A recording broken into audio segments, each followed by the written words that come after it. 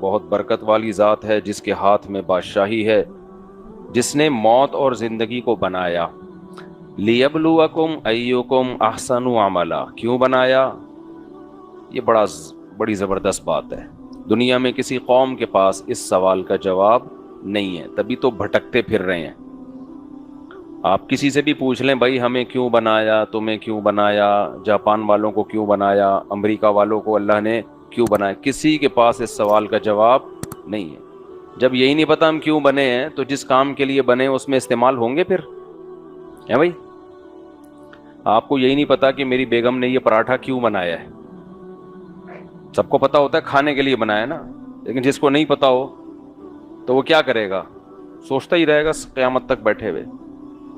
تو ہمیں پتا ہوتا ہے کھانا کھانے کے لیے، لہذا ہم کیا کرتے ہیں؟ کھا لیتے ہیں۔ سواری چلنے کے لیے، سوار ہونے کے لیے، تو سواری پہ کیا کرتے ہیں؟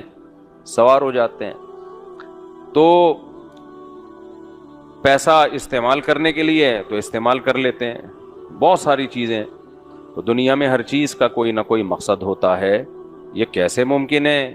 اور اس کا کوئی مقصد ہے ہی نہیں، بس مزے اڑاؤ، فحش فلمیں دیکھو، ڈرامے دیکھو، اور خواتین تو سارا دن ٹک ٹاک پہ وہ بیوٹی کی ٹپس دیکھتی رہتی ہیں، بیوٹی پارلر اور بیوٹی کی ٹپس، اور یہ کریم اور وہ لوشن، یہ سب منجن ہے، ذہن میں رکھو۔ اب یہ میرا ٹاپک نہیں ہے لیکن بتا دوں، یہ جتنے کمپنیوں کے لوشن بیوٹی کے لیے آ رہے ہیں، یہ سب بیوٹی کا بیڑا غرق کر رہے ہیں، سب بیوٹی کا بیڑا غرق کر رہے ہیں۔ تو جو اللہ تعالیٰ نے نیچرل رکھا ہے نا، نیچرلی رہنے دینا چاہیے اس کو۔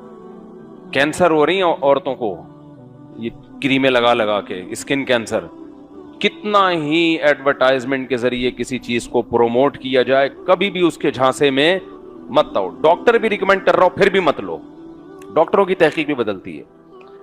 تو ہمیشہ سے جو بیوٹی کی ٹپس ہمیشہ سے استعمال ہوتی آ رہی ہیں، آج بھی کیا ہے؟ وہی ہے۔ اب یہ ٹاپک نہیں ہے لیکن اب چل گیا 2 منٹ میں سمیٹ کے، ہم نے آگے پھر چلنا ہے نا۔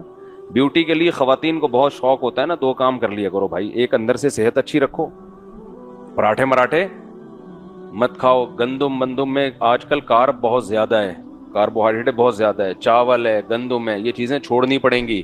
اب یہ چھوڑنے کے لیے تیار ہے نہیں، نہ مرد تیار ہیں نہ عورتیں تیار ہیں۔ برگر، پیزے، لڈو، جلیبی، اور اللہ کی پناہ جب میرے سامنے کوئی رس ملائی لا کے رکھتا ہے نا جس میں وہ نہیں پڑا ہوا ہوتا، اور وہ ربڑی،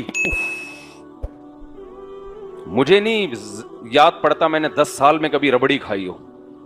اگر بہت کوئی اصرار کریں گے نا، یوں کر کے چکھ لوں گا۔ ٹاپک نہیں ہے، اب یہ لوگ پھر پریشان ہونا شروع ہو جاتے ہیں۔ ربڑی سے ربڑ بن جاتا ہے آدمی، عورت بھی مرد بھی۔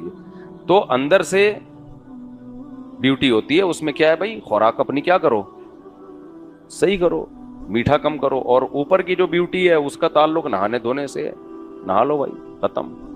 بہت زیادہ ہو گیا تو بھائی وہ اللہ بھلا کرے آپ کا، ڈیٹول سے نہا لو، تیزاب سے نہا لو، بالکل فریش ہو جاؤ گے، ٹھیک ہے نا۔ ایلو ویرا ہے نا، ایلو ویرا کی جیل خرید لیں گی خواتین مہنگی مہنگی۔ ابے گھر میں ایک گملہ لا کے ایلو ویرا لگا لو، ڈائریکٹ اسی کو چہرے پہ مسل لیا کرو۔ وہ ہمیشہ سے لوگ استعمال کرتے آ رہی ہیں۔ ایلو ویرا نہیں ہوتا گھی کوار، یہ کھایا بھی جاتا ہے، چہرے پہ لگایا بھی جاتا ہے۔ مجال ہے وہ مہنگی مہنگی کریمیں باہر سے لے لیں گی، مگر یہ نہیں کہ گھر میں گملہ لگا کے وہی ایلو ویرا چہرے پہ مسل دیا جائے۔ تو آدمی بھی کر سکتا ہے، لیڈیز بھی کر سکتی ہیں۔ خیر، تو یہ بہت منجن، ایک ڈاکٹر نے بتایا کہ جس چیز کو بھی ٹیلی ویژن پہ پروموٹ کیا جا رہا ہے نا، چاہے کوئی بھی پیکنگ کی چیز ہو، اس کا مطلب یہ کھانے کی، یہ استعمال کرنے کی چیز نہیں ہے۔ چلو ہم بھائی کہاں چلے گئے؟ تو اللہ تعالیٰ نے لیبلوکم ایکم احسن عملا، اور کچھ خشک میوہ جات بھی ہیں۔ بادام کا بہت گہرا تعلق ہے بیوٹی سے، بس یہ بات رہ گئی تھی، ایسا نہ ہو کہ بادام کھایا کریں، ٹھیک ہے نا، وائٹامن ای ہوتا ہے اس میں۔ زیتون کا ایکسٹرا جو ورژن ہے نا، اولیو کچا، 1-2 چمچے وہ پی لیا کریں، بس کافی ہے۔ پھر بھی بیوٹی نہ ہے نا، اس کا مطلب بیوٹی ہے ہی نہیں بھائی، سافٹ ویئر ہی نہیں ہے اپنی بیوٹی کے، سمجھ رہے ہو؟ سافٹ ویئر بھی تو ہونے چاہیے نا۔ تو ایک گنجا چلا گیا نا کہ مجھے صحرا باندھنا ہے، تو کسی نے کہا کہ کیلے اسے ٹھوکوں گا میں، یہاں پہ ٹکے گا کہاں یہ صحرا؟ تو بھائی صحرے کا وہی نہیں ہے نا، کوئی اس کو پکڑنے والی کوئی چیز ہی نہیں ہے صحرے۔ خیر، تو اللہ نے کیا فرمایا؟ تو میں عرض کر رہا تھا بھائی ہر چیز کا مقصد ہوتا ہے، تو انسان کا مقصد اللہ نے بتایا ہے۔ یہ صرف کون بتاتا ہے؟ اسلام. اللہ کہتے ہیں الذی خلق الموت والحیات، میں نے موت اور زندگی کو پیدا کیا، لیبلوکم ایکم احسن عملا. کتنا سکون دے دیا اللہ نے ہمیں یار ہماری زندگی میں.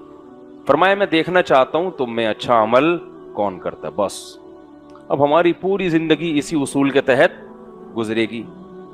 آپ کہو بھائی یہ تو اللہ نے مشکل میں ڈال دیا ہمیں، یہ تو بڑا مشکل کام ہمارے ذمہ لگا دیا، بس ہمارا ایک ہی ہدف ہے اچھا کرنا ہے، تو یہ تو بڑا مشکل کام ہو گیا نا. بھائی گندا بننا ہمارا کام ہوتا تو آسان ہوتا. بھائی گورے کا کام کیا ہے؟ اچھے برے کی اس کو کوئی غرض نہیں ہے، وہ شراب پیتا ہے، زنا کرتا ہے، یہ کرتا ہے، وہ کرتا ہے. اور ہمیں اللہ نے کہہ دیا بھائی اچھا بننا تمہاری زندگی کا ہدف ہے. تو میں یہ کہہ رہا ہوں اللہ نے ہمیں سکون میں دے دیا. سوال پیدا تو سکون میں نہیں، اللہ نے تو ہمیں کیا کر دیا ہے؟ ٹینشن میں ڈال دیا ہے.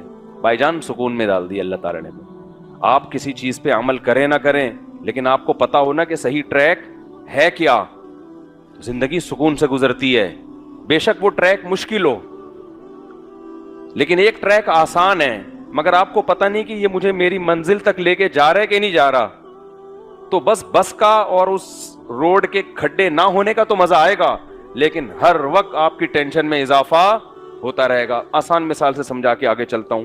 آپ کو پتا ہے میں نے پشاور جانا ہے، ٹھیک ہے نا، بس میں آپ بیٹھ گئے، نیچے کھڈے ہیں، بس میں بھی پھٹے ہیں، وہ بس بھی اوپر نیچے ہو رہی ہے، صحیح طرح سے چل نہیں رہا، آپ بھی بار بار اتر کے کبھی واش روم جا رہے ہو، کبھی چائے پی رہے ہو. تو آپ کو یہ احساس تو ہوگا نا کہ یار میری منزل جو ہے میں اس کو فوکس نہیں کر رہا.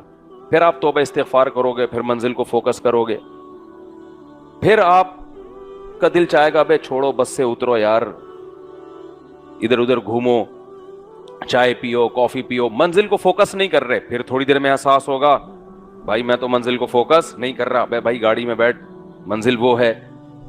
یہ کم ڈپریشن ہے کہ سفر میں کھڈے بھی آ رہے ہیں یا سفر کو فوکس نہیں کر رہے. یہ کم ڈپریشن ہے کیونکہ پتا ہے کہ میری منزل وہاں ہے.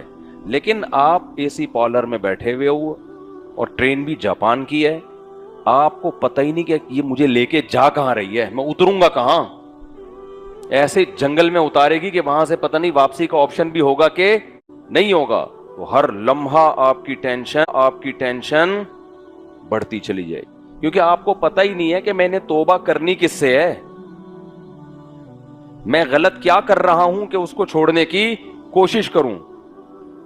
آپ کو یہی نہیں پتا چلے گا میں یہ صحیح کر رہا ہوں غلط کر رہا ہوں، میں صحیح سفر پہ جا رہا ہوں غلط سفر. ہمیں یہ تو پتا ہے کہ اگر کوئی ہم میں گٹکا کھاتا ہے یار غلط کر رہا ہوں، اسے چھوڑنے کی کوشش بولو کرنی چاہیے. میں شراب پی رہا ہوں تو غلط کر رہا ہوں، اسے چھوڑنے کی کوشش کرنی چاہیے. میں نماز چھوڑ رہا ہوں تو غلط کر رہا ہوں، اسے اس عادت کو ختم کرنے کی کوشش کرنی چاہیے. خدا کی قسم جسے منزل کا پتہ ہوتا ہے وہ نسبتاً سکون میں ہوتا ہے، اور جسے منزل ہی کا پتہ نہیں ہوتا قرآن اس کی مثالیں دیتا ہے کہ وادی میں ایسے یہیمون حیران سرگردان جیسے کوئی پاگل دیوانہ باولا کتا نہیں ہوتا. کتوں کی دو قسمیں ہیں، ایک نارمل کتے ہوتے ہیں تمیز سے بیٹھے ہوئے ہیں، ویسے تو بیٹھے ہوئے ہوتے نہیں ہیں لیکن خیر فرض کر لیتے ہیں، ایک باولے کتے ہوتے ہیں. کل میں آ رہا ہوں نا ڈیفینس میں بیان کر کے، گاڑی آ رہی ہے کتا پیچھے تکڑ تکڑ تکڑ تکڑ. میں نے کہا کیوں اپنی انرجی بلا وجہ ضائع کر رہا ہے؟ کتے کی حرکتیں دیکھو یار. آرام سے ہم اپنی گاڑی میں آ رہے ہیں اور آرام سے، وہ ایک دم پہلے کتا کیا کرتا ہے یوں دیکھتا ہے، قریب آنے دے پھر ریس لگاؤں گا تیرے سے نا. جیسے ہی میں قریب آ جاؤں تکڑ تکڑ بھونک بھی رہا ہے. میں نے کہا یہ دیکھ اس لیے اس کو کتا کہتے ہیں، ہر وقت کتے پن پہ رہتا ہے. نہ تو گاڑی کے اندر چھلانگ لگا کے آ سکتا ہے، نہ تو گاڑی کا مقابلہ کر سکتا ہے، بلا وجہ بھاگے جا رہا ہے بھاگے جا رہا ہے بھاگے جا رہا ہے، بھونک رہا ہے. جب اس کو اندازہ ہو گیا بھائی میرے بس کا نہیں ہے تو اس سے نہیں ہو پائے گا تو پیچھے رہ گیا.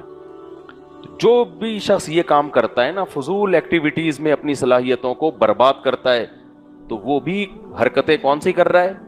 کتے والی. تو سارا دن بیٹھ کے سیاسی تبصرہ کرنا، اس کو برا اس کو بولا، یہ اچھا وہ اچھا فلانا ایسا فلانا. ابے چھوڑ دے، ان سے آپ کی انرجی خرچ ہوگی، لیڈروں پہ کوئی فرق نہیں پڑے گا. تو آپ وہ کام کرو جو آپ کے کرنے کا، ٹائم ویسٹ نہ کرو. تو کتے کی دو قسمیں، ایک نارمل کتا ہوتا ہے جو بس اتنا کیا اور بیٹھ گیا، اس کو احساس ہو گیا بھائی تجھ سے نہیں ہو پائے گا. لیکن باولا کتا کیا کرتا ہے؟